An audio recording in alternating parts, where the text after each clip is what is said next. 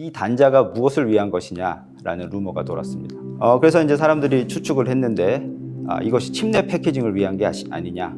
즉 M1 맥스 칩 한 개와 M1 맥스 칩 한 개, 두 개를 서로 붙이기 위한 단자가 아니냐. 즉 다이 투 다이 인터커넥트 단자가 아니냐라는 루머가 돌았고요. 실제로 애플이 조금 있다가 M1 울트라를 발표할 때 이 단자가 두 개의 칩을 연결하기 위한 단자임이 확인이 되었습니다.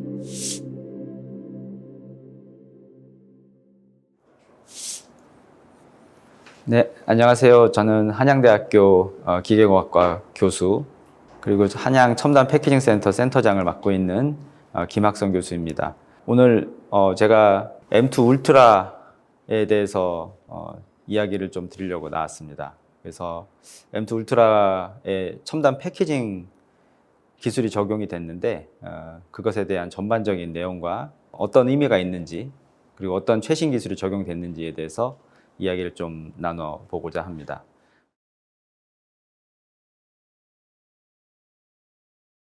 먼저 M2 울트라를 얘기하기 전에 칩렛이라는 개념에 대해서 잠시 설명을 드리겠습니다. 칩렛은 우리나라 말로 이제 칩 조각이라는 얘기인데요.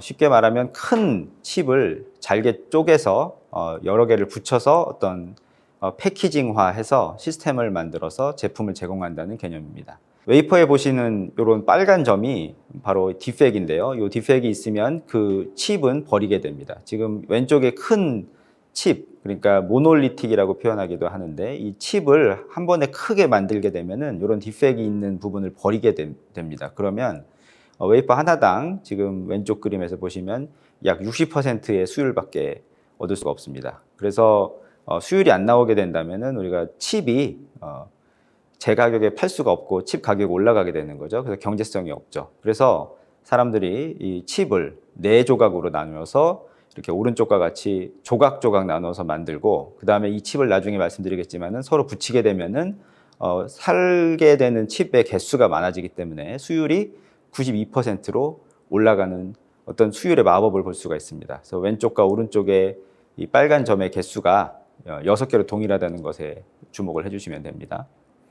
이것을 이제 우리가 4개의 칩을 조각조각을 모아서 하나의 제품으로 만든다고 말씀드렸는데 칩의 수율이 아까 60%에서 90%로 올라갔지만 패키지, 그러니까 최종 제품의 수율이 얼만큼 올라가는지 한번 확인해 보니까 이렇게 약 2배의 수율이 2배 정도로 수율이 증가한 것을 확인을 할 수가 있습니다.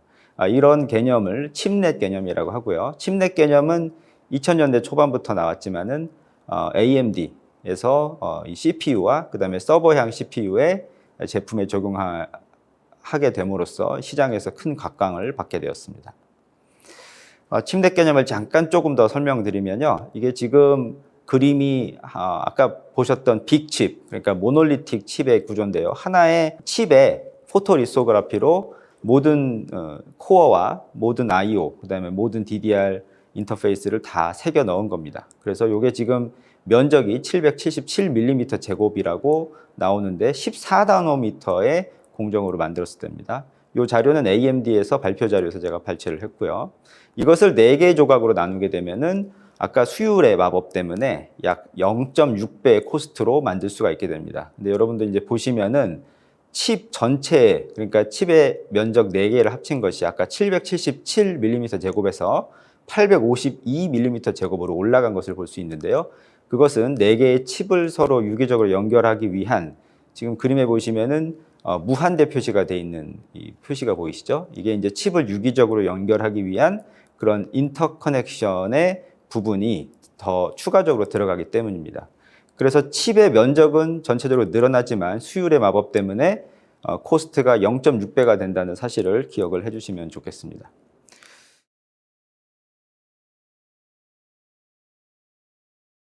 자, 그리고 이것은 이제 칩의 전체 구조인데요. 지금 노란색으로 보이시는 것이 코어고요. 하늘색으로 보이시는 것이 I/O, 인풋 아웃풋 단자입니다.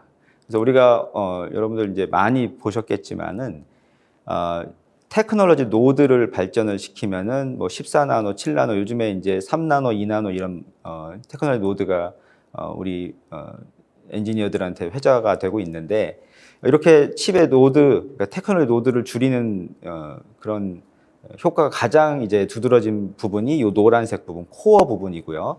나머지 사실 하늘색 부분, 인풋 아웃풋 단자는 그렇게 세밀한 노드를 구현할 필요가 없습니다. 근데 이렇게 테크놀로지 노드가 증가하다 보면은 우리가 수율이 점점 더 안 좋아집니다. 왜냐하면 요 트랜지스터의 구조가 더 복잡해지기 때문에 프로세스가 더 늘어나고 그러면서 수율이 어쩔 수 없이 안 좋아지기 때문인데요. 이렇게 해서 이제 수율을 조금 더 좋게 하고자 이렇게 7나노짜리가 적용되는 코어에는 첨단 노드를 적용하고 인풋 아웃풋 단자가 적용되는 이런 하늘색 부분에는 레가시 노드, 그러니까 그 전에 조금 오래된 노드를 적용하는 전략을 이제 취하기 시작했습니다. 이것이 바로 칩넷을 또 한 번 응용한 그런 전략이 되겠습니다. 그래서 지금 그림에 보시는 코어 부분과 인풋 아웃풋 단자 부분을 따로따로 떼어서 다른 웨이퍼에서 만들고 이것을 하나의 패키지로 만드는 이런 전략이 AMD에서 구현을 하게 됐고요. 가운데 보시는 이 칩이 가운데 큰 직사각형 칩이 이제 인풋 아웃풋 단자가 새겨진, 그리고 여기 보시면은 칩을 유기적으로 연결하기 위한 AMD의 인피니티 패브릭 그 부분이 들어간 칩이 되겠습니다. 이런 식으로 가운데는 14에서 15나노 레가시 노드, 코어는 7나노짜리 아주 그 첨단 노드를 적용함으로 인해서 첨단 노드를 적용하는 이 부분을 더 단위 칩을 더 작게 만들고 이것을 이제 패키징화해서 수율을 올리게 되는 것입니다. 이렇게 만들게 되면은 또 다른 장점이 이 인풋 아웃풋 단자와 인피니티 패브릭 그 단자가 한 곳에 모여 있기 때문에 서로의 소통 시간이 줄어들어서 전체 CPU 제품의 연산 속도가 빨라진다는 장점도 있습니다.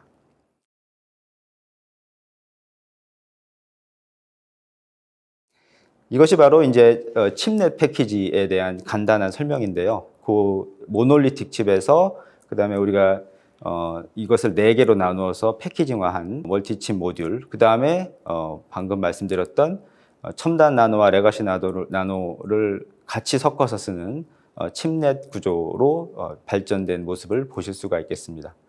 자, 이렇게 칩넷 구조를 만들기 위해서 우리가 패키징이라는 것을 반드시 거쳐야 됩니다. 지금 오른쪽에 보시면은 방금 말씀드렸던 칩넷 패키징을 구현하기 위한 프로세스가 나오는데요. 먼저 제일 위에 실리콘 인터포저라는 구조가 쓰이게 됩니다. 이것은 실리콘을 마치 PCB로 사용하는 거죠. 실리콘 안에 회로를 굉장히 미세하게 적용할 수 있기 때문에 우리가 칩과 칩 간의 연결의 속도나 연산 속도를 더 빠르게 할 수 있고요. 요 위에다가 칩 2개를 범핑해서 아까 칩 2개, 4개, 6개 이렇게 계속 범핑을 할 수 있죠.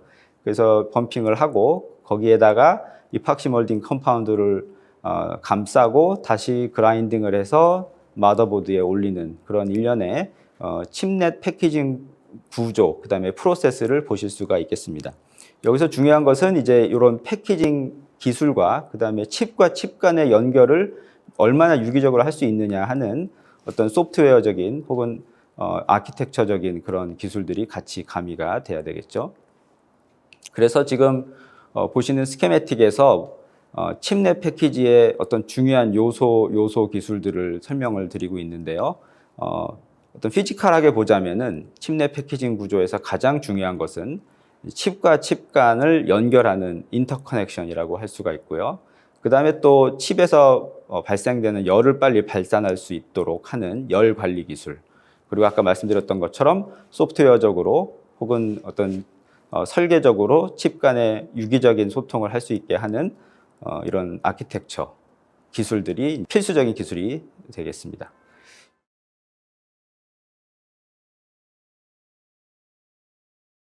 칩과 칩을 연결하는 패키징에서 여러 가지 이제 기술적인 방법들이 있는데 그 기술적인 방법을 2D, 그 다음에 3D까지 쭉 구분을 할 수가 있습니다. 2D는 칩과 칩 간의 연결을 기존의 PCB를 가지고서 하는 거고요.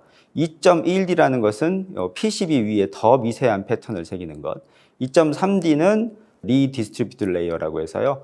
칩과 칩 간의 연결을 더 원활하게 하기 위해서 아주 미세한 패턴을 오게닉 서브스트레이트로 구현하는 방법. 그 다음에 2.5D는 실리콘 인터포저, 방금 말씀드렸던 미세한 패턴을 구현한 어떤 실리콘 칩을 PCB 형태로 이용한 형태가 되겠고, 3D는 아예 칩간을 TSV, 즉 실리콘을 관통하는 홀을 이용해서 적층하는 구조가 되겠습니다.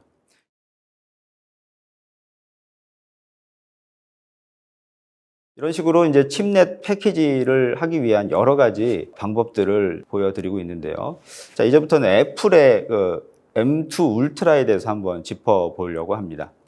M2 울트라를 이야기하기 전에 애플이 왜 이런 칩을 구현할 수 있게 됐는지에 대해서 한번 생각해 보면 좋을 것 같습니다. 애플은 여러분들이 아시는 것처럼 핸드폰을 만들어서 팔고, 그 다음에 컴퓨터를 만들어서 팔고, 이런 어떤 조립 회사라고 우리가 일반적으로 생각하고 있는데, 애플이 CPU, 그 다음에 AP를 독자적으로 설계해서 그 다음에 그것을 제조 회사인 대표적으로 TSMC에 맡겨서 자신들이 설계한 칩을 자신들의 컴퓨터나 그 다음에 핸드폰에, 스마트폰에 넣어서 이제 이익을 창출하는 회사입니다.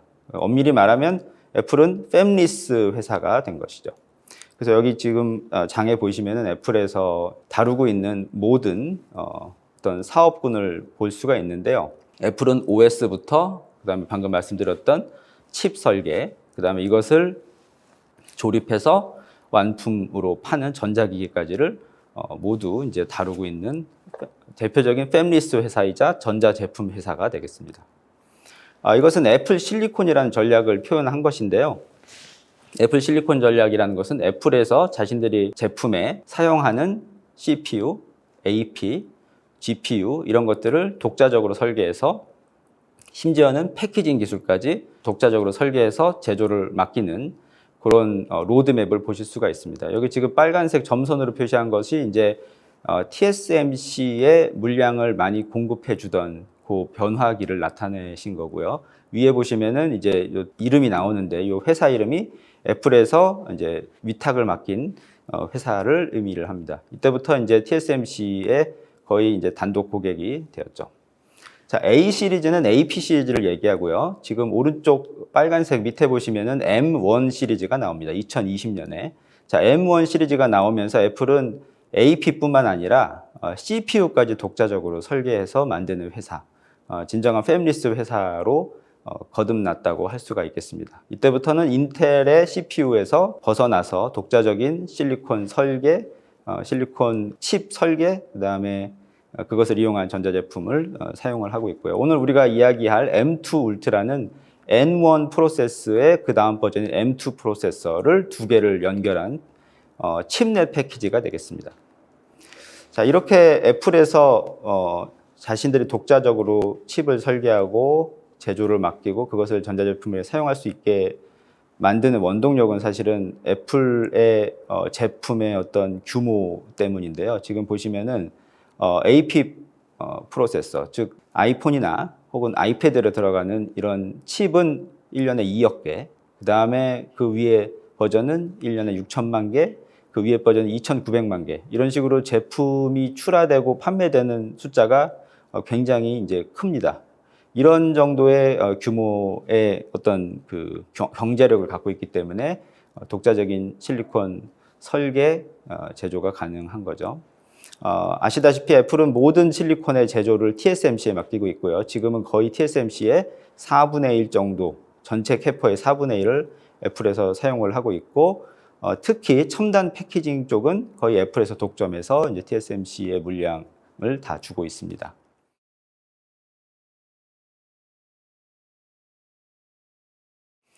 이것은 이제 우리가 방금 이야기했던 칩넷 패키지를 애플에서 어떤 식으로 M1 울트라에 적용했는지에 대한 설명입니다. 오른쪽 그림은 키노트, 그러니까 애플에서 자신들의 제품을 신제품을 발표하는 그런 자리에서 보여준 사진입니다. 여기 보시면은 위아래에 추가적인 어떤 단자가 없습니다. 그런데 이제 우리 유튜브 많이 시청하시는 분들 보면은 이런 걸 제품을 사서 분해해서 이제 엑스레이도 찍고 이런 분들이 계시거든요. 여러분들 이런 분들의 어떤 유튜브에서 보면 요 밑에 여기 물음표로 쳐 있는 요 부분이 애플에서 발표할 때는 이제 일부러 잘라서 안 보이게 해서 발표를 했는데 실제로 제품에는 있더라 하는 내용이고요. 이때부터 루머가 돌았는데 이 단자가 무엇을 위한 것이냐라는 루머가 돌았습니다. 그래서 이제 사람들이 추측을 했는데 이것이 칩내 패키징을 위한 게 아니냐. 즉 M1 맥스 칩 한 개와 M1 맥스 칩 한 개, 두 개를 서로 붙이기 위한 단자가 아니냐. 즉 다이 투 다이 인터커넥트 단자가 아니냐라는 루머가 돌았고요. 실제로 애플이 조금 있다가 M1 울트라를 발표할 때 이 단자가 두 개의 칩을 연결하기 위한 단자임이 확인이 되었습니다. 이것은 이제 애플 동영상에서 제가 발췌를 한 건데요. 자, 이런 식으로 두 개의 칩을 연결하기 위한 추가적인 부분이 들어가지만 이것을 유기적으로 잘 연결만 한다면 칩과 칩 간에 예를 들면은 M1 맥스 칩이 어떤 1000이라는 숫자의 퍼포먼스를 낸다면 유기적으로 잘만 연결하면은 이제 2000까지 낼 수 있다. 이런 단순한 계산이 되죠. 근데 이제 여기서 중요한 것은 OS나 혹은 아키텍처를 같이 하지 않는 회사라면 1000 더하기 1000, 2000이 안 나오고 대부분 이제 한 1500 정도에서 성능이 거의 세츄레이션 되는데 아까 말씀드렸다시피 애플은 여러 가지를 모두 한꺼번에 하는 회사이기 때문에 이런 2배의 성능이 가능하다라는 것으로 이제 알려져 있습니다.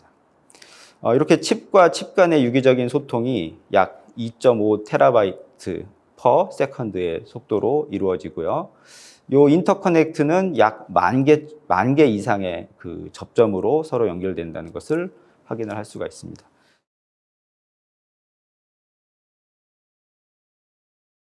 자, 여기서 보시면은 이제 애플 실리콘이 울트라를 출시하면서 보여주는 어떤 플랜을 볼 수가 있는데요. 이렇게 칩과 칩을 두 개를 연결하면 지금 왼쪽의 숫자들은 파이어스톰, 그러니까 파이어스톰은 칩의 어떤 부분을 이야기하는데 성능 우선, 그다음에 아이스스톰은 전력 절감 우선. 아이스스톰이 이제 예를 들면 패드나 이런 휴대용에 많이 쓰이겠죠.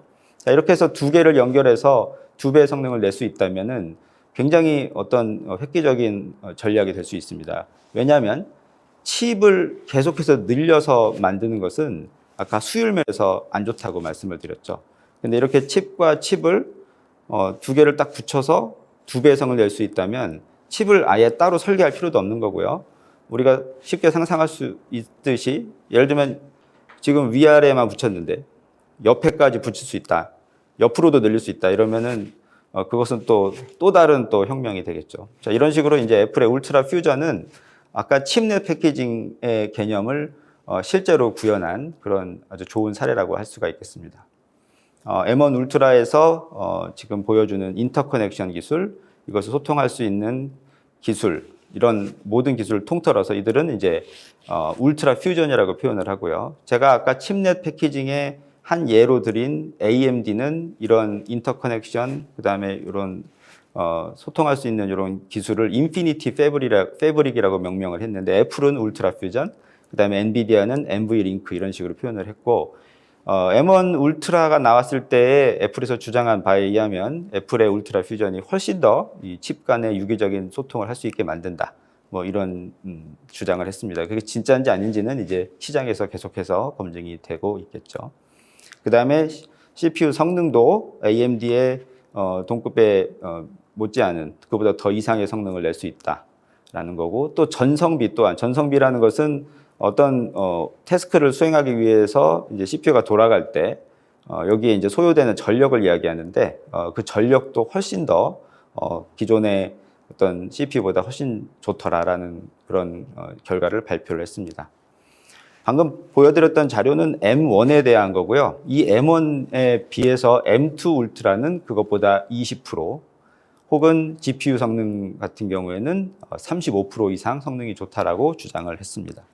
이것이 이제 칩넷 패키징을 통해서 구현이 가능하게 된 것이죠. 이 본 자료는 이제 M2 울트라의 스펙들을 나타낸 것인데요. 이것은 이제 시장에서 차츰차츰 소비자들에 의해서 검증이 아마 될 것입니다.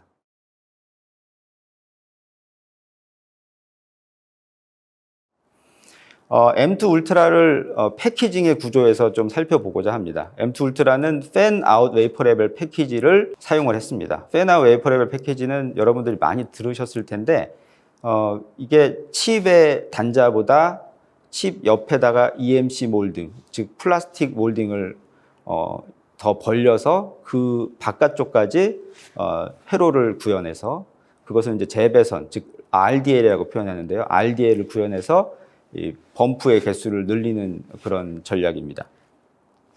요 팬아웃 웨이퍼 레벨 패키지를 좀 자세히 보면은 왼쪽에 몰드 퍼스트, 다른 말로 칩 퍼스트라고 얘기하는데요. 칩을 먼저 붙여놓고 EMC 몰딩을 하고 여기에 RDL을 깔거나 혹은 오른쪽에 RDL 퍼스트, RDL을 먼저 깔고 칩을 그 다음에 범핑하고 EMC를 이렇게 몰딩하는 그런 큰 두 가지의 그 개념으로 나뉩니다.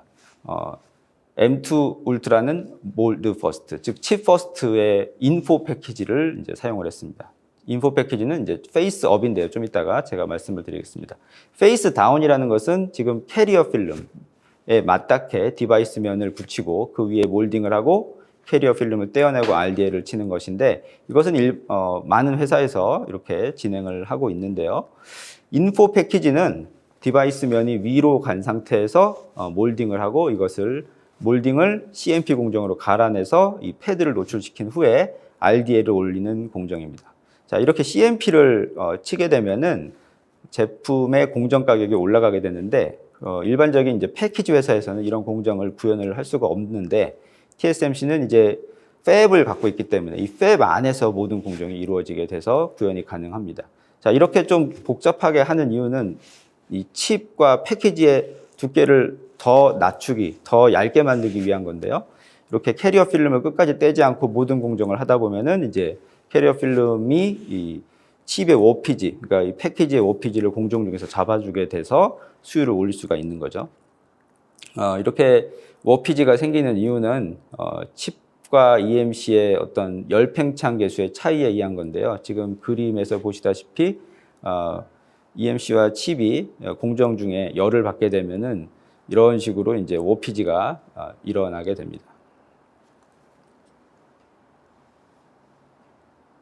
자, 이렇게요. 온도가 올라가면 이런 식으로 워피지가 일어나게 되는데 TSMC의 인포 패키지의 프로세스에서는 캐리어 필름을 끝까지 이제 잡고 있기 때문에 이런 워피지를 잡을 수가 있고 더 얇게 패키지를 만들 수가 있는 것이죠. 이것을 이제 그들은 인포 패키지라고 하고요. 많은 회사에서 이것을 이제 뭐 넘어가기 위해서 패널 레벨 패키지나 또 다른 방식의 웨이퍼 레벨, 팬아웃 웨이퍼 레벨 패키지를 구현을 합니다. 자, 그럼 울트라 퓨전은 어떤 식으로 패키지가 될까요? 칩 두 개를 실리콘으로 연결을 합니다. 연결하는 방식을 이제 여기 그림에서 표현을 했는데 칩 두 개를 전체를 실리콘 인터포저로 연결하지 않고요. 연결하고자 하는 아까 튀어나왔던 그 단자 부위에만 실리콘 조각을 넣습니다. 그 단자 부위 밑에다가 이 빨간색이 이제 그 로컬 실리콘 인터포저라는 칩 조각입니다. 이것을 방금 말씀드렸던 팬아웃 웨이퍼 레벨 패키지, TSMC의 팬아웃 웨이퍼 레벨 패키지로 구현을 하고요. 이렇게 로컬 실리콘 인터포저를 집어넣어서 지금 다시 몰딩을 하고 그것을 이제 패키지로 구현하는 인포 LSI라는 기술을, 패키지 기술을 사용을 하게 됩니다. 지금 오른쪽에서 보시다시피 칩과 칩 간의 연결을 로컬 실리콘 인터포저 LSI로 연결을 하고 그 옆에 몰딩을 치고 그리고 RDL을 만들어서 패키지를 하는 기술을 구현을 하고 있죠. 인포 패키지의 인포 LSA 패키지로 구현된 M1 울트라입니다. 이거는 M1 울트라의 단면을 보여주고 있는데요. 지금 보시면 M1 맥스 두 개 사이에 로컬 실리콘 인터포저가 위치됐고 그 옆에 이제 몰딩이 되고 이게 지금 제일 밑에 있는 사진은 그 로컬 실리콘 인터포저의 탑 뷰입니다. 이런 식으로 두 개의 칩을 약 10,000개 이상의 인터커넥션으로 서로 연결하는 그런 기술을 TSMC의 인포 LSI로 구현을 했고 이것이 이제 애플 M2 울트라 또 M1 울트라의 패키징 기술이 되겠습니다. 실제 이 울트라 퓨전 존에 구현되어 있는 연결 단자, 즉 이 범프라고 하는데요. 이 범프의 아주 그 미세 현미경 사진을 보실 수 있습니다. 이 범프의 사이의 거리는 약 25 마이크로 정도로 피치가 구현되어 있고요. 이것은 이제 우리가 구현할 수 있는 아주 최대의 범프 피치라고 할 수가 있겠습니다. 사진을 보실 수가 있고요. 그 다음에 실리콘 인터포저와 위에 이제 M1 맥스와의 연결 부분을 이제 단면을 쳐가지고 본 그림인데, 이제 카파 필러와 그 위에 이제 솔더가 범프가 발라져 있고 그것을 통해서 연결된 단면을 보실 수가 있습니다. 놀라운 것은 애플은 이러한 패키지 기술에 대해서 자신들만의 또 특허를 계속해서 출원을 하고 있고요. 애플에서 패키지 특허를 출원했다는 사실에 사람들이 이제 패키지 기술이 정말 코어 기술이 됐구나라는 것을 가늠하게 되었습니다. 이렇게 애플에서 인텔의 CPU의 시장을 떠나게 되면서 인텔의 CEO께서 이제 애플에게 파운드리 사업을 또 제안을 하기도 했던 그런 사진 기사를 발췌를 했습니다.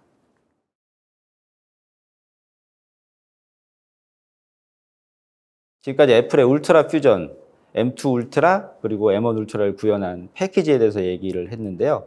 이런 모든 패키지의 전량의 제조는 지금 잘 아시다시피 TSMC에서 하고 있습니다.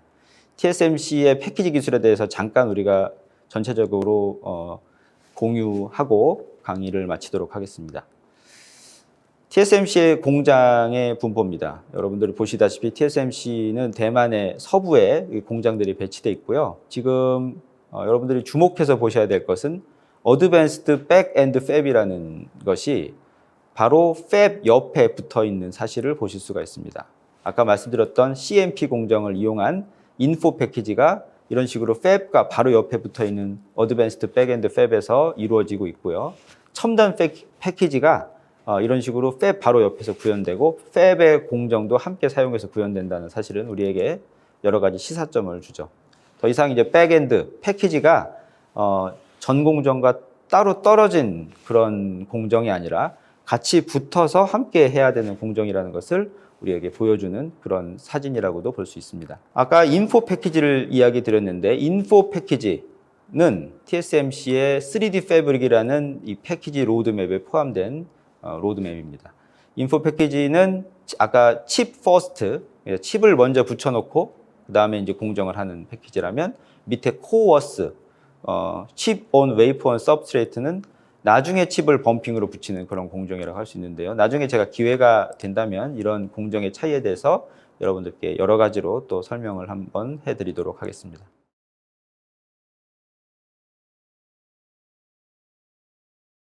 다시 한번 말씀을 드리면, 이 자료는 이 마이크로 패키징 학회 강사연 회장님, 그 다음에 SK 하이닉스의 이강욱 부사장님께서 작년 국회 포럼에서 말씀하신 자료인데, 제가 너무 마음에 들어서 항상 발췌를 해서 말씀을 드리는 자료입니다.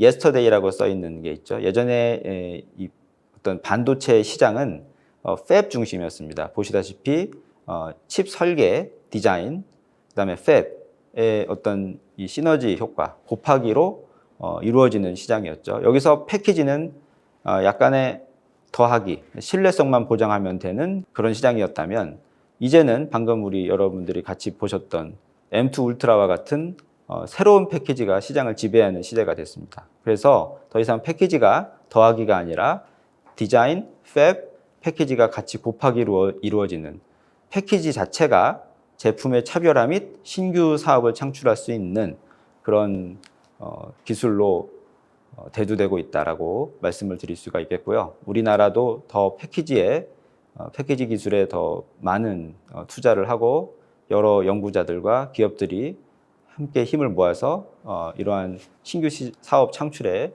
좀 힘을 같이 보탰으면 좋겠습니다.